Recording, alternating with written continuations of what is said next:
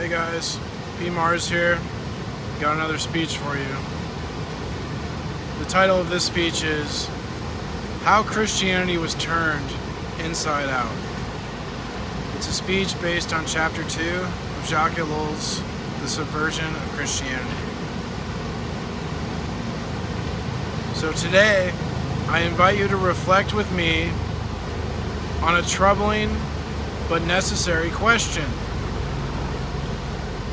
How did a faith born in revolutionary love and weakness become so thoroughly entangled with power, conformity, and control? In chapter 2 of The Subversion of Christianity, Jacques Ellul digs beneath the surface of that question. He moves past simple accusations and instead offers us a deeper diagnosis. His thesis is clear and unsettling. Christianity became subverted not just by individual errors or theological mistakes, but by a long, subtle, and powerful process of assimilation into worldly structures. Let's take a moment to understand how that happened and what it means for us today. Ellul begins by stating a crucial insight. The original Christian message was not a religion in the typical sense. It was a revelation, God entering human history, not to give us a philosophy or a moral system, but to call us into a new way of being through the life, death, and resurrection of Jesus. But over time, Christianity changed it. It ceased to be a subversive event and became a structured religion, an ism. Christianity became Christianity-ism. Ellul says an ideology, a system, and like all isms, it began to lose the vitality of its origin. This happened in part because of the church's early success. As more people joined, especially those with power, influence, and wealth,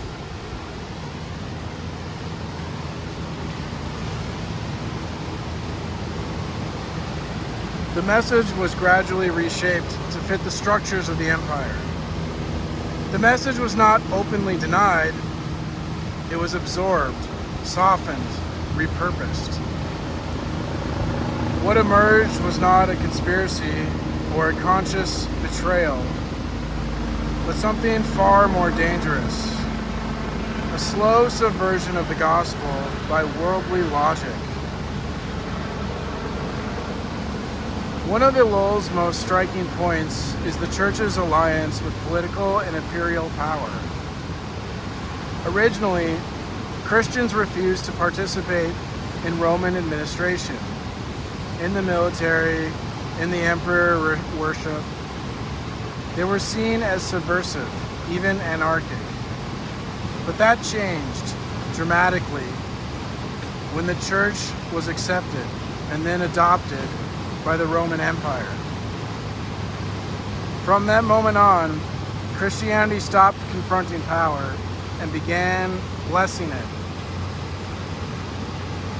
Ellul writes this was not merely a matter of institutional convenience.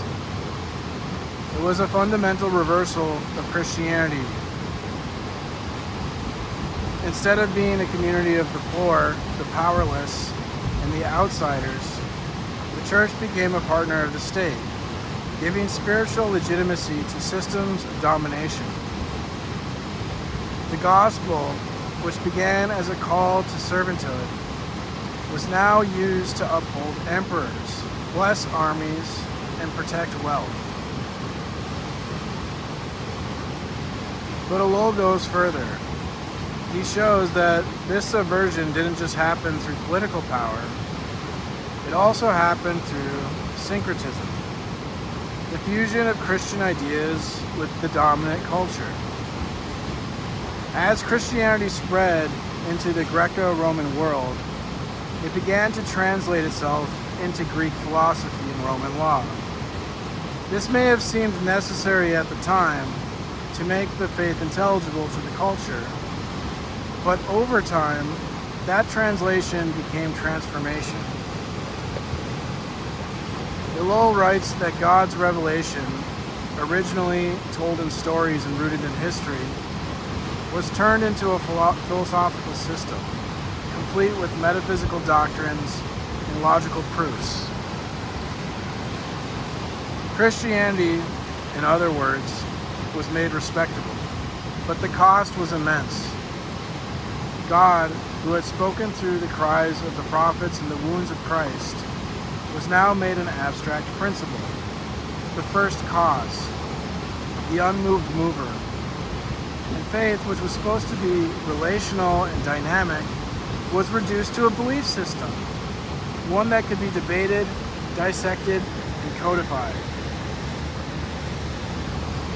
Hillel's careful to say that theology itself is not to blame. In fact, many of the early theologians were sincere, brilliant, and devout. But even the best theology, he says, became trapped in the philosophical framework it tried to use. The real problem was not heresy, but the entire structure into which Christianity was absorbed. Christianity became intertwined with the values of the empire: Roman law, Greek metaphysics, social hierarchy, and moralism.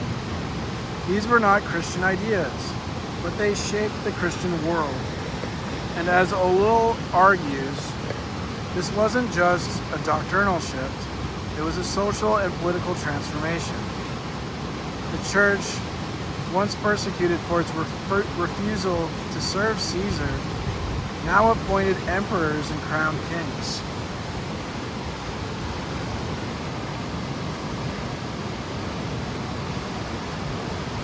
This was the subversion of a revolutionary faith, rooted in the crucified God, and turning it into a religion of order, power, and control.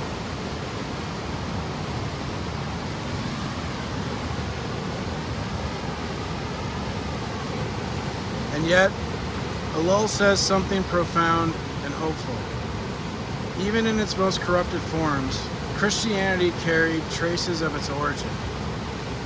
That's why we see throughout history flickers of truth, movements of reform, glimpses of grace, saints who lived out the gospel in radical ways.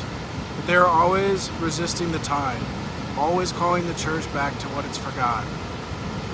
And that's the challenge for us now. Hillel's purpose is not simply to condemn the past, it's to make us aware, to call us to discernment.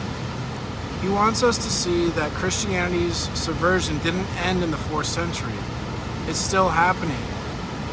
Whenever we substitute ideology for faith, whenever we baptize political systems, whenever we use the name of Jesus to justify our own interests. So what should we do? First, we must acknowledge the truth. Much of what we call Christianity today is deeply shaped by culture, not by Christ. Second, we must return, not to a romanticized past, but to the scandal of the gospel, a God who's chooses weakness over strength, love over violence, and truth over ideology. Finally, we must ask, are we willing to follow the gospel even when it puts us at odds with power, even when it costs us our cultural respectability, even when it calls us to be strangers in the world?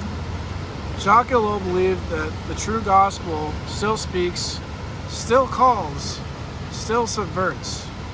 The question is not whether it has been corrupted. The question is whether we are willing to hear it again. Let us listen. Thank you.